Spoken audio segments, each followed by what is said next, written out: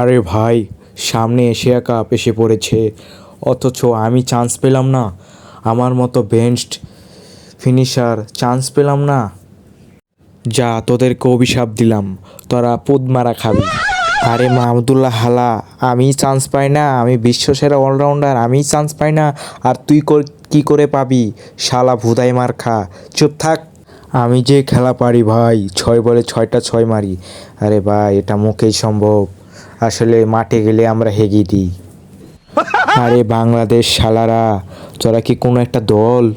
তোরা খালি সোশ্যাল মিডিয়াতে বাল ফালাস, ক্রিকেটে আসলেই তো তোরা হেগে দিস। তোদের সমস্যাটা কি ভাই?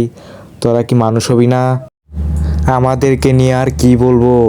আমরা আমরা চুরি করে খেলা জিতি। বাংলাদেশের সাথে তো প্রায়ই আমরা সব সময় চুরি করে খেলা জিতি। আর আমাদেরকে আইসিসি আমাদেরকে অনেক সুবিধা দেয় যাতে আমরা চুরি করতে পারি। আর আমরা সবচেয়ে দুর্নীতিবাজ। আমরা আর কি বলবো?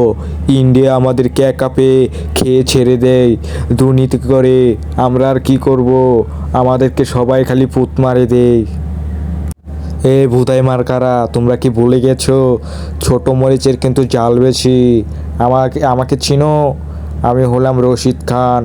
আমি কিন্তু ছোট মরিচ, জাল বেশি। যে খাবে সে বুঝবে।